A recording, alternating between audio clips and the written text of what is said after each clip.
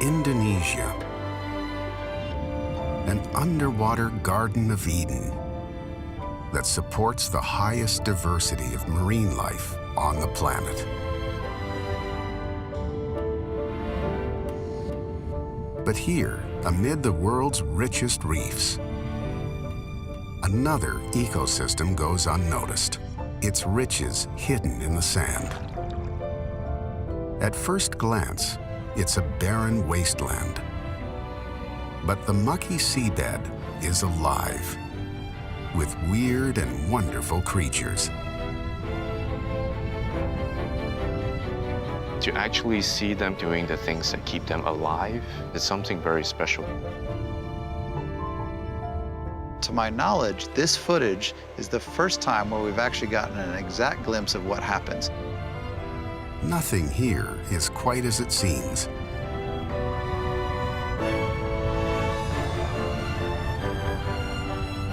This is the mysterious world of life in the muck.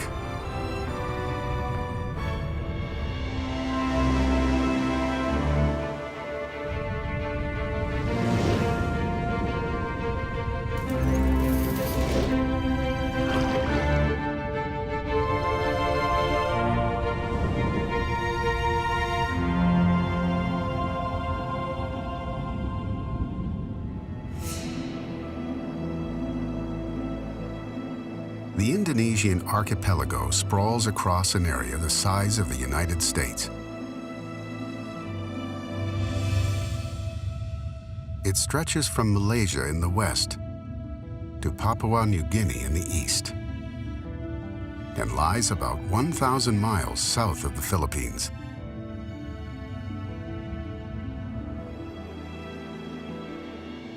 Its 17,000 islands skirt the southern lip of the Ring of Fire,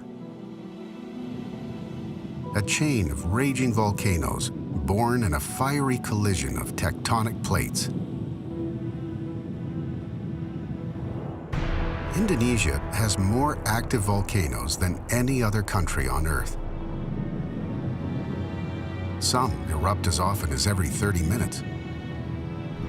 Lighting up the sky with a violent display of fireworks above the sea.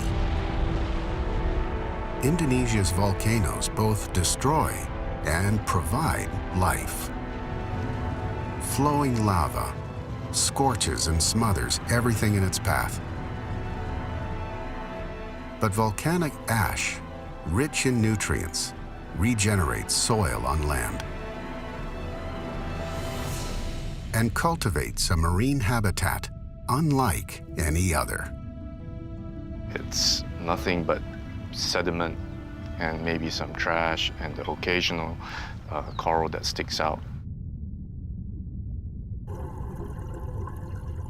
But once you actually look closer into the sand, into the sediment, into some of these hiding places, the critters that live in there, they're extremely beautiful.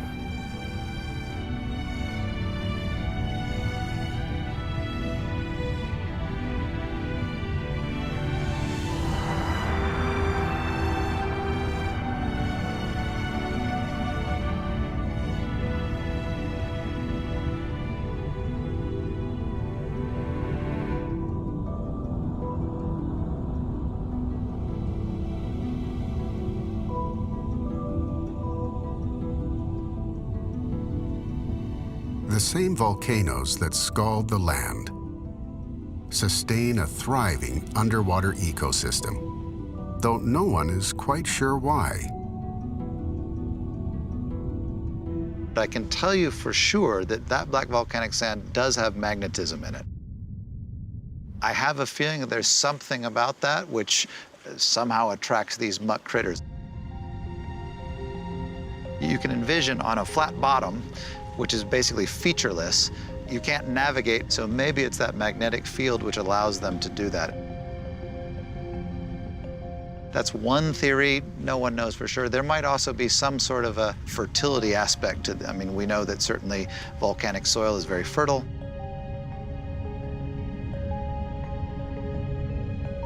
Whatever the reason, this mysterious seascape of volcanic ash is a hotbed of activity. It's also a battlefield.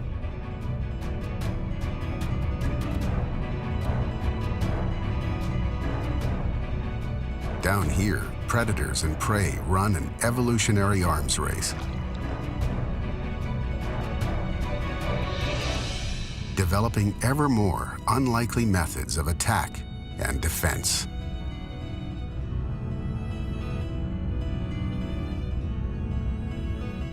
These spots of blue war paint belong to the fingered dragonet, a predatory fish that eats small crustaceans. As the name suggests, this fish uses finger-like fins to walk along the seabed and dig out prey. Camouflaged against the sandy bottom, the dragonet trolls the ocean floor for food. When it finds something, the fingered dragonet will thrust its extendable jaw forward to catch its prey.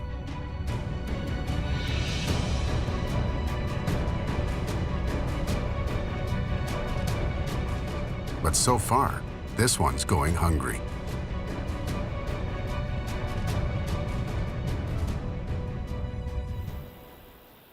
At night, the dragonet, like many bottom dwellers, buries its body in the sand for protection from other predators.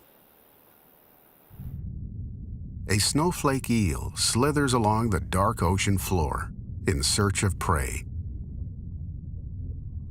But however menacing it may seem, more dangerous hunters lie hidden in the muck.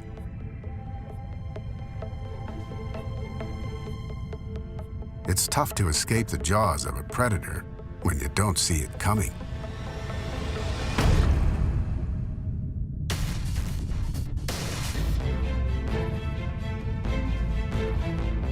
This is the brilliantly camouflaged ambush hunter, known as a stargazer.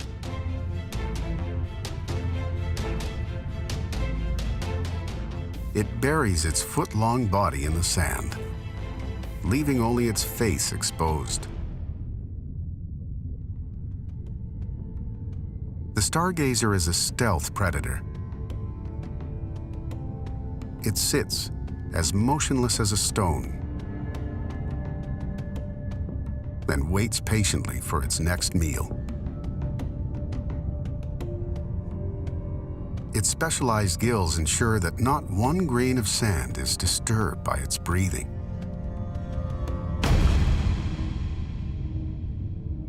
The stargazer swallows its prey whole.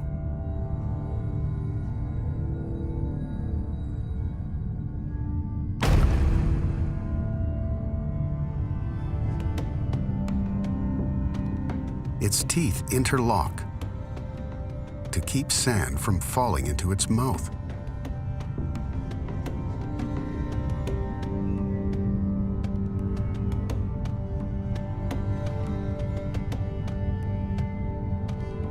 The stargazer is one of the strangest and most successful predators in this ecosystem.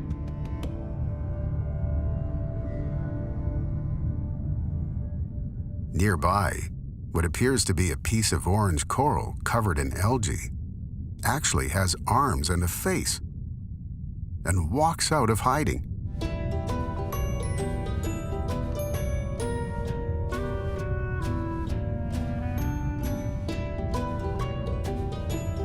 It's a frogfish, a master of disguise.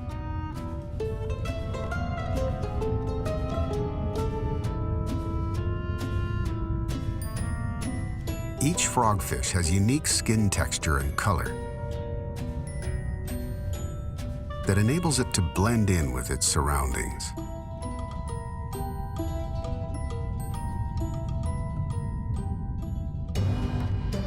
This warty frogfish is on a fishing expedition. It has a clever technique to attract prey.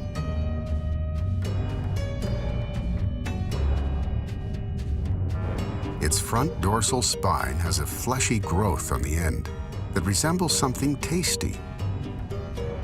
And the fish waves its lure around like a fishing rod, but no one is biting right now. This hairy frogfish has better luck. She's an expectant mother and has more at stake than just an empty stomach.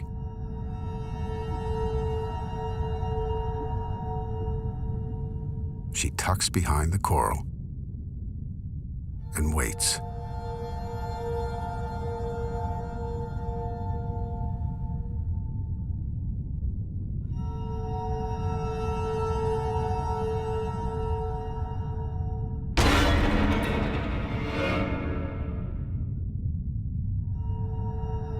Her mouth balloons to 12 times its original size, creating a vacuum to suck in the prey. The entire process takes just 1/6000th of a second. Far too quick for the prey to react.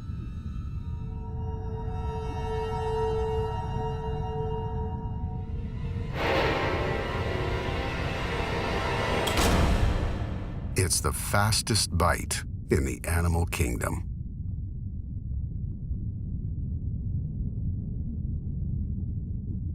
She's back on the move.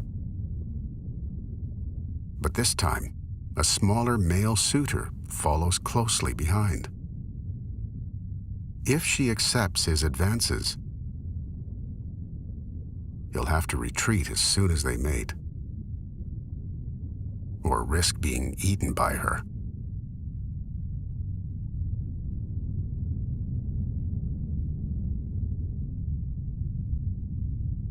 On the boundary where the black muck meets the colorful reef, painted frogfish display vibrant colors to mimic the corals and sponges. Camouflage ensures these predators don't become prey.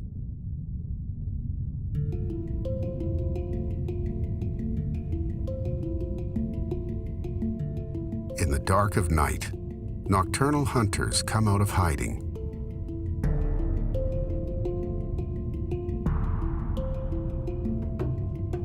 And the hunted hide.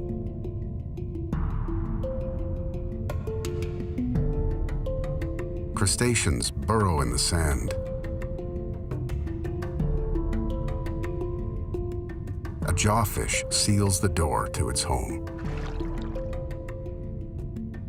And one of the ocean's most unusual creatures emerges. This is a walking shark.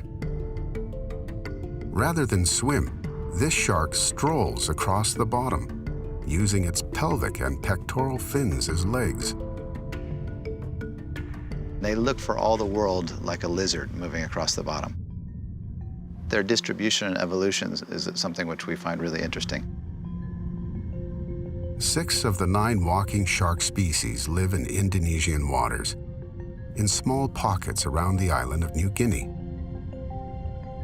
From each region to the next, you'll get a new endemic species that's only found in that area. And what it really comes down to is their form of reproduction, and then their behavior afterwards. Walking sharks live out their lives on the very reef where they were born. They're poor long-distance swimmers and tire after just 300 feet. By comparison, migrating great white sharks have been known to travel an average of nearly 70 miles a day. We just don't see them moving across deep water, and it's just coincidences of evolution and geology which allowed a new population to start in one given area, and then it evolved into a new species. Dr. Mark Erdman has been researching walking sharks for years. He's eager to learn more about these bizarre animals and how so many different species evolved in such close proximity to each other in Indonesia's waters. We're very interested in seeing exactly how this evolution has happened and the timing of it, how long it's taken to come up with these 9 different species. So one of the best ways to do that is through genetics. The only way to obtain genetic samples is to go looking for sharks at night. Finding these well-camouflaged creatures is like a game of hide and seek. in the dark. This time, Mark's lucky. In the distance, he spots a leopard epaulet shark. This species of walking shark is fairly new to marine research. It was first scientifically described just 6 years ago. Its slow-moving walk means it's relatively easy to catch.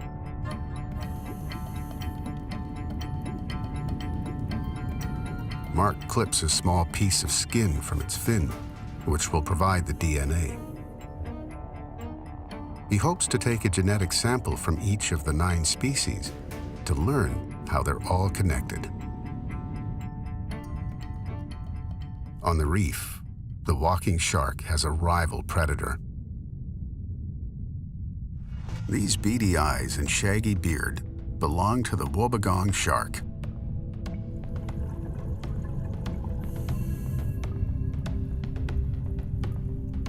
Wobegons are another really interesting group of sharks. They typically are down on the bottom. They really blend into the background. They're basically like a carpet on the reef.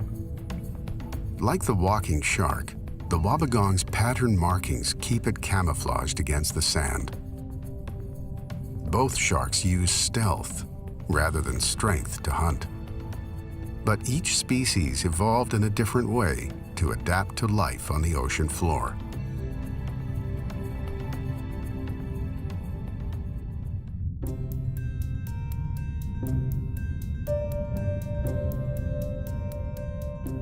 The walking shark trolls the bottom in search of small crustaceans and fish, hiding beneath the coral.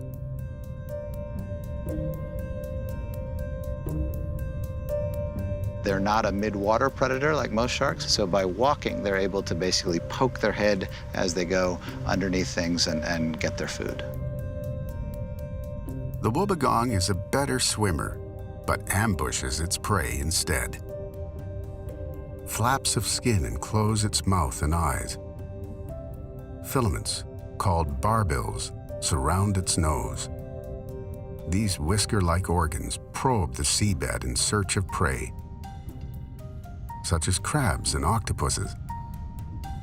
They'll basically set up shop waiting for something to come by, and then they will pounce upon it. Like walking sharks, wobegongs are nocturnal. They ambush prey at night and rest during the day. On rare occasions, they can be seen swimming about. This trip is unusually successful for Mark. We ran into a large number of them out swimming, which is normally a very rare occurrence. I only see that maybe a couple times a year through extensive diving here, but we saw them on every dive. We had 6 or 7 out swimming. It seems that we happened to come across a period of time when there was mating happening. That's something which I've never seen before, and it seems that might have been why they were all out swimming around. This determined male may be looking for a mate. Once he finds one, he'll stalk her until she concedes.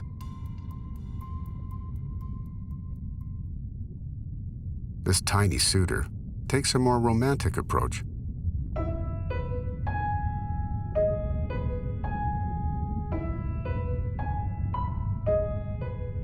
At dusk, mandarin fish couple up to take part in an intricate courtship dance. And this mandarin fish is looking for his dance partner. But he's got competition. He raises his dorsal fin high in the air, an advertisement to females, and a warning sign to his rival. But the second suitor refuses to back down. He also raises his fin to signal he's up for the challenge. The two males briefly size each other up. Then they fight.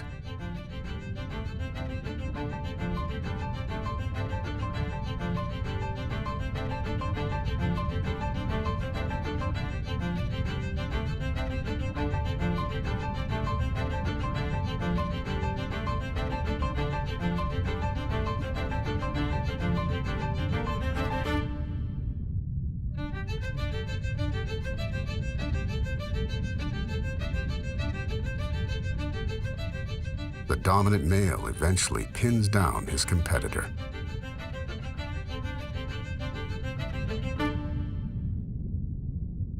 Defeated, the loser must lower his dorsal fin and retreat.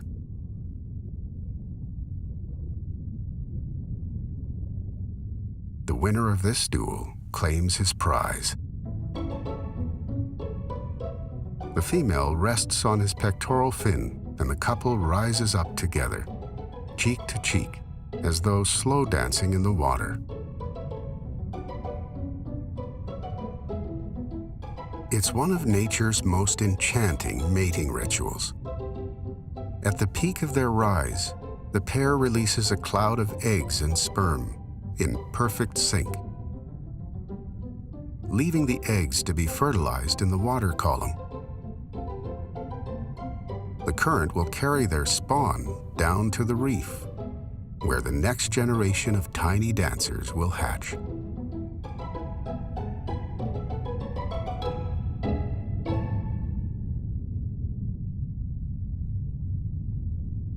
In Indonesia's fertile waters, every day brings new life.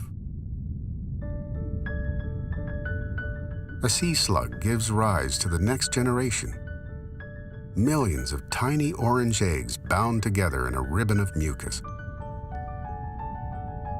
The eggs are toxic to predators. The bright colors a warning to stay away.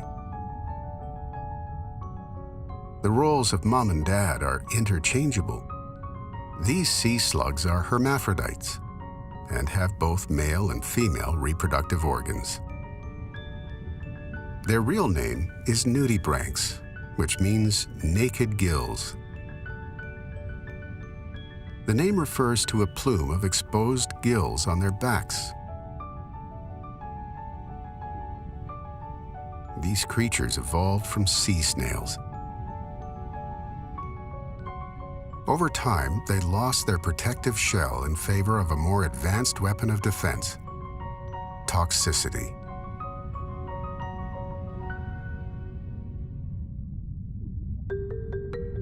Some species are able to cultivate their own poison.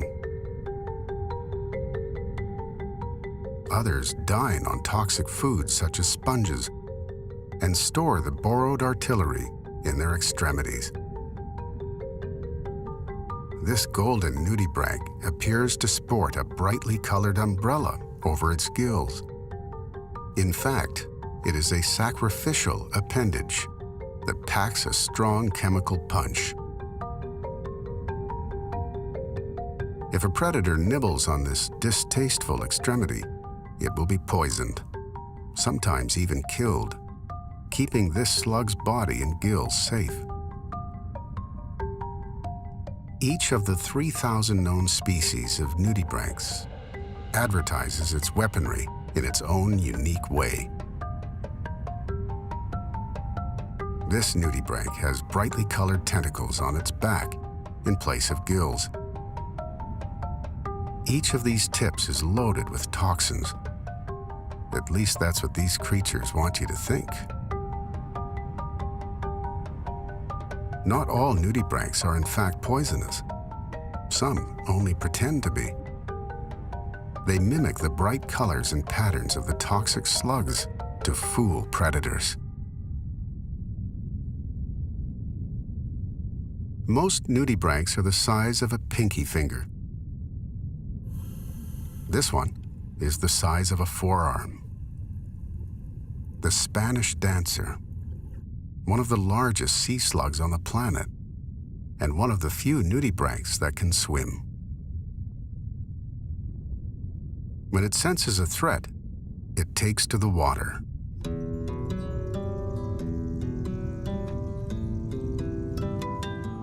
It's easy to see how this slug earned its name. Its body twists and twirls through the water like the skirt of a flamenco dancer. But the Spanish dancer, like all nudibranchs, is blind to its beauty. Its primitive eyes can only detect light and dark. Two horn-like appendages on its head, called rhinophores, allow the slug to smell, taste, and feel its surroundings.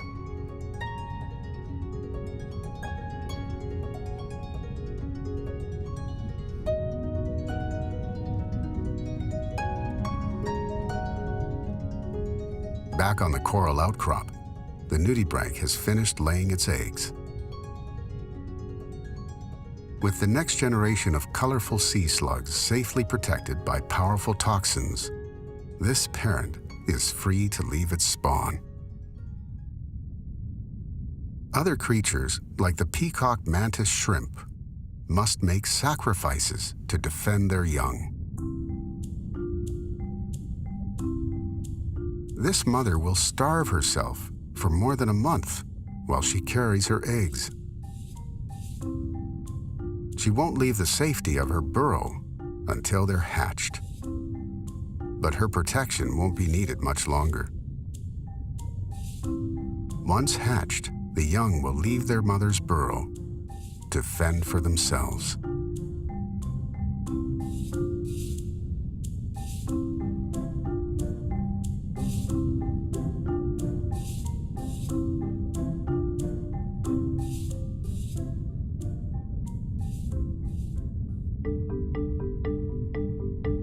A pair of eyeballs pops out of a burrow. One moves independently of the other.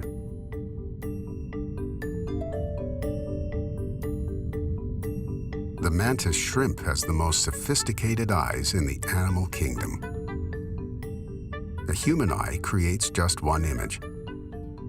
Combined, our two eyes give us bifocal vision. The eye of a mantis shrimp has 3 focal points. Together, its eyes produce 6 different images. And whereas human eyes have 3 different color receptors, red, blue, and green, these eyes have at least 12. Which means this hunter can see in ultraviolet and also infrared.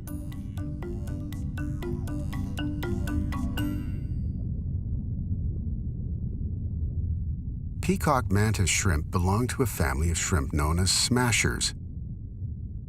They have a pair of raptorial appendages called clubs, capable of throwing the fastest and most powerful punch in nature.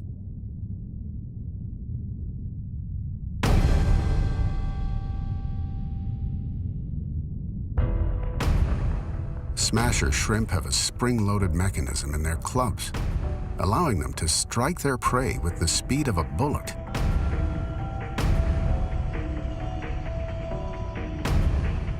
And a force 2,500 times their own weight. If a human had the same speed and strength, a single punch would break through a steel wall. With such devastating weaponry at its disposal, it's no wonder this smasher shrimp is comfortable flaunting its vibrant colors.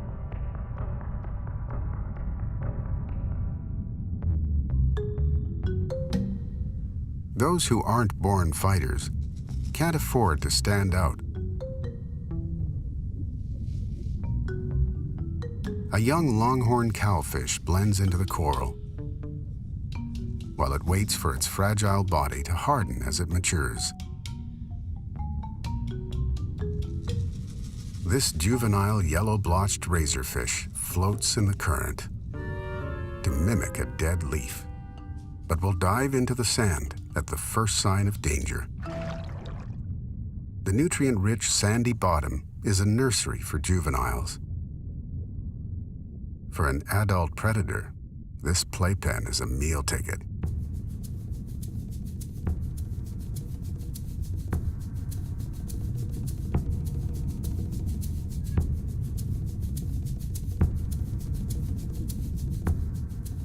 This ambush hunter hides in plain sight, camouflaged by a masterful palette of colors and patterns designed to look like seaweed. The Rhinopia scorpionfish. Intricate, beautiful, lethal. It pounces on its prey, faster than the blink of an eye. Armed with venomous spines, a rhinopia can stun its victim into submission and disable any animal that attempts to turn predator into prey. Lionfish, the flamboyant cousins of the scorpionfish, sail through the water. Reviled in the Caribbean as an invasive species, here they're in their native home. A dorsal fan of 18 venomous spines ripples in the water as a deterrent to would-be predators. A nearby lone coral outcrop energizes the bare seascape. Lionfish rest beneath a coral canopy, swarming with glassfish. For these fortunate fish, the coral outcrop is both a hunting ground and a home.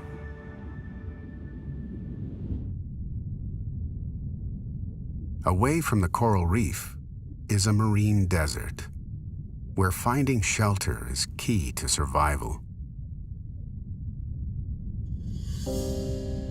A resourceful sea urchin settles in a paint can. Clownfish crowd an anemone that sprouts from the muck. It's tough to find refuge on a seabed with few natural habitats.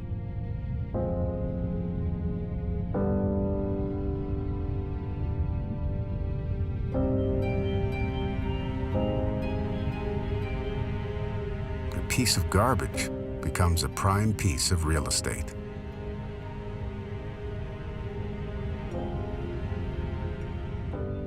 When there's nowhere left to hide, the best defense is to pretend to be something else.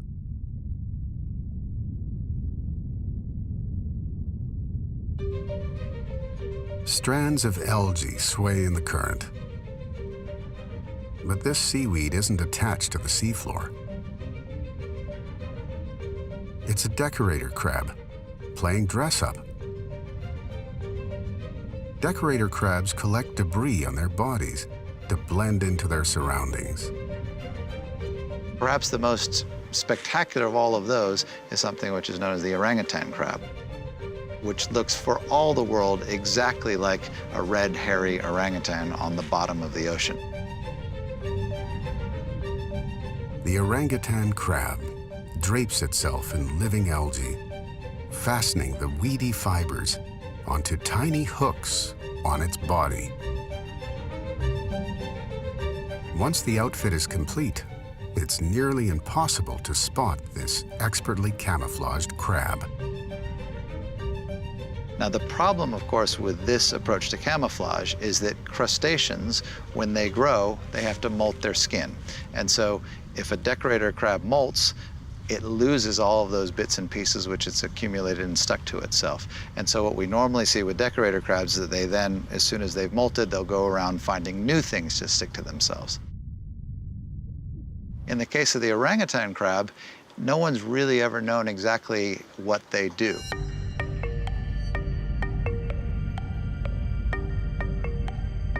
This never-before-seen behavior gives Mark a backstage peek at this critter's remarkable costume change.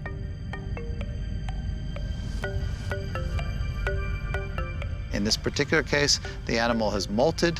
It then goes back to its dead molt skin, and it pulls off pieces of that red algae, which I don't think are particularly easy to find otherwise in the environment. So it pulls it off of its old molt skin, puts it onto its body, and that's going to presumably grow back into a full orangutan shaggy coat over the next week or two. And to my knowledge, this footage is the first time where we've actually gotten an exact glimpse of what happens. One mystery has been solved, but many more lay hidden in the muck.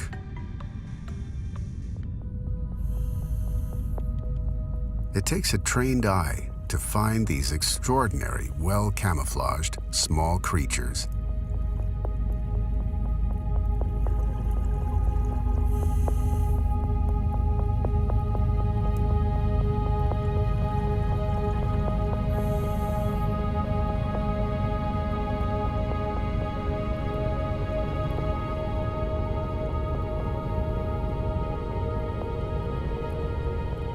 The critters generally range from the size of your palm, even that could be considered a macro critter, to the most common ones are about the size of your pinky. The smallest could be as small as half the size of a match head. You have to understand critter behavior, habitat, to actually know where to look.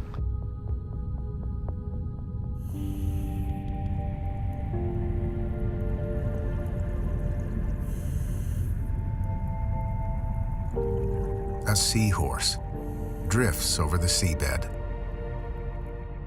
then grips a plant with its specialized prehensile tail. These tiny creatures aren't strong swimmers and can easily be carried away by the current.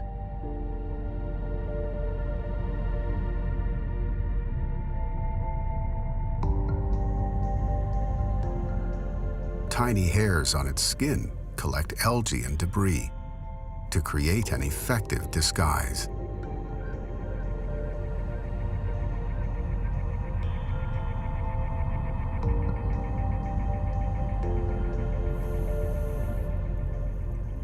Some of them have evolved into the most well-camouflaged creatures in the animal kingdom.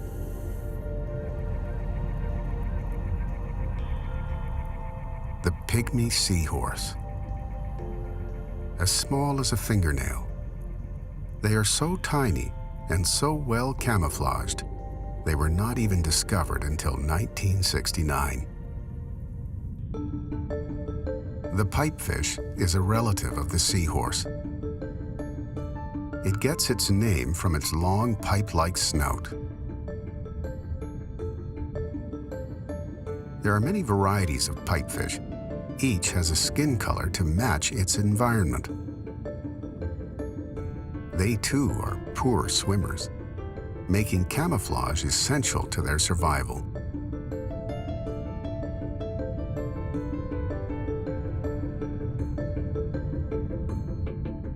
Two ghost pipefish sway with the seagrass. So precisely camouflaged, they're more likely to be attacked by a herbivore looking to eat the grass.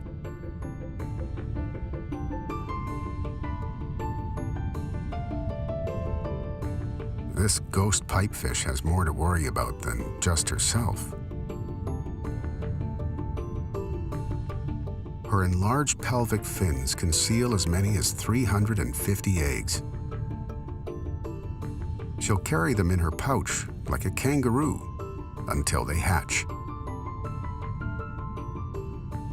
Soon, the protection of her young will be out of her control. The offspring will drift in the current until they find a suitable home on the reef. Like the decorator crabs, many pipefish collect algae on their bodies for camouflage.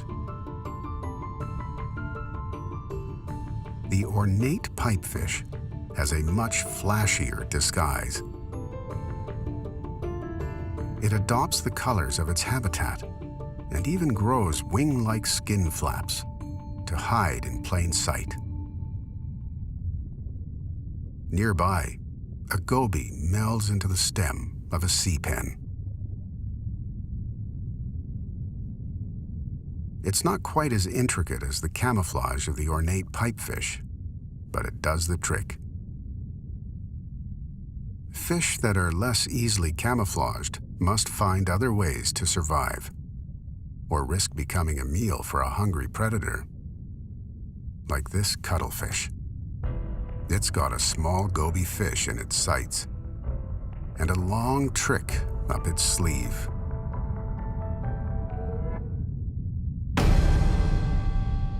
The goby had no chance.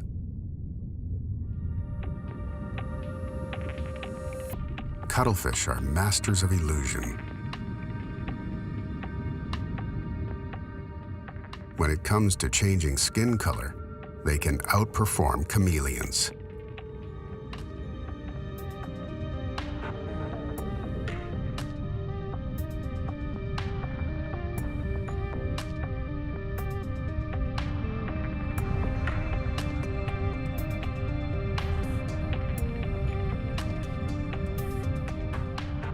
millions of pigmented skin cells light up like a Christmas tree when a cuttlefish feels threatened.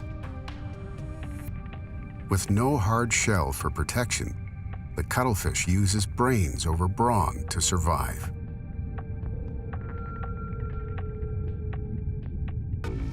This one has adopted a defensive posture. Rather than trying to blend in, it changes color to stand out and raises its tentacles to appear larger. It's trying to ward off an incoming threat. In this case, it's not a predator, but a rival cuttlefish that has this creature up in arms. The defensive display isn't all for show. The muscle tissue of the cuttlefish contains potent toxins.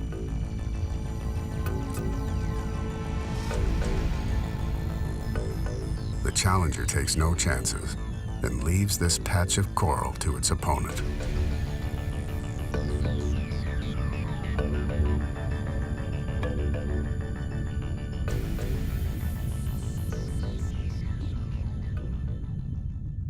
With so many skilled hunters on the prowl, some creatures team up to improve their chances of survival.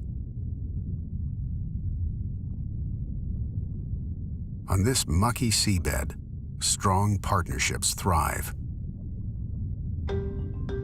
A goby offers a pistol shrimp protection from predators in exchange for a well-maintained home. The little housekeeper is nearly blind, yet is able to dig a burrow for its protector.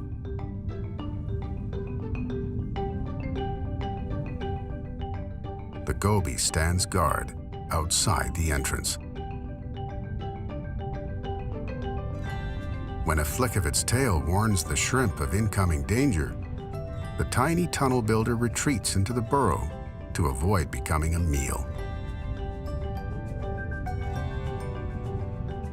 Here, another housekeeper grooms its host in exchange for a free ride and much-needed protection.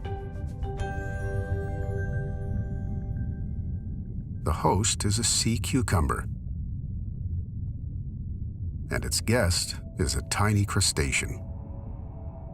It's a symbiotic relationship. The crustacean, a commensal shrimp, picks the cucumber's skin clean of algae and parasites. It's food for the shrimp and a healthy service for its host.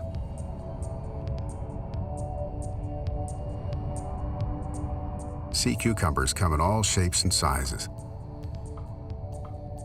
The largest can grow to 10 feet. These are the street sweepers of the ocean.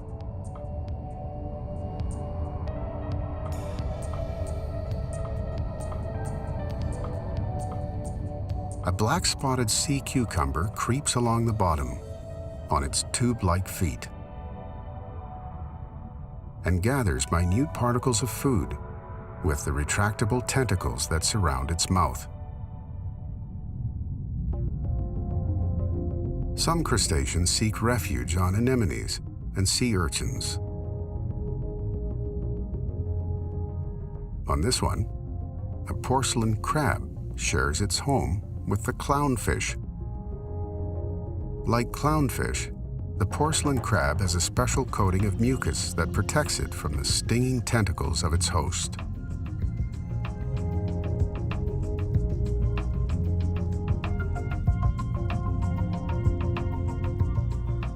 A zebra crab hooks onto a sea urchin, which provides both protection and mobility.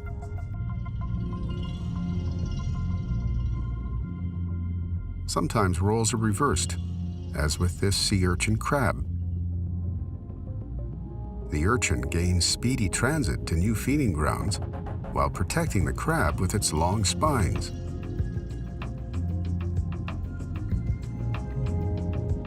The long tentacles of a tube anemone sway in the current, catching plankton that drifts by. Tube anemones make ideal homes for crustaceans like the squat shrimp.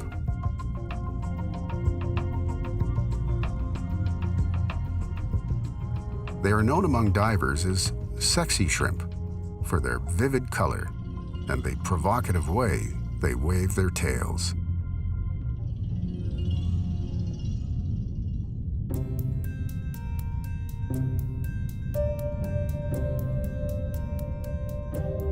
In this barren landscape,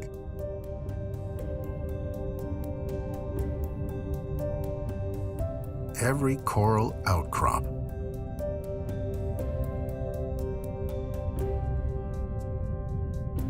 every piece of debris teems with life. Secretive creatures about which we know very little. We like to think of the world as already being quite explored. The reality is there's still so much that we don't know about it. Indonesia's mucky seabed is a hidden kingdom ruled by weird and wonderful creatures. A place where predators have evolved to hunt in plain sight. And prey have mastered the art of deception. It's a story of survival where you'd least expect it. A mysterious tale of life in the muck.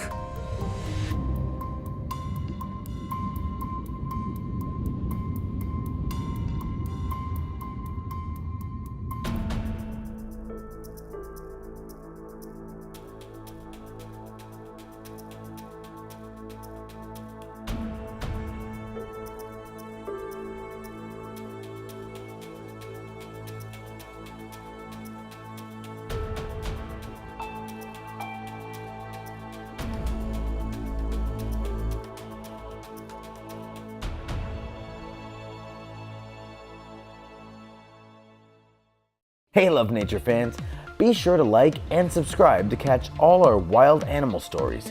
Get closer to nature right here on YouTube.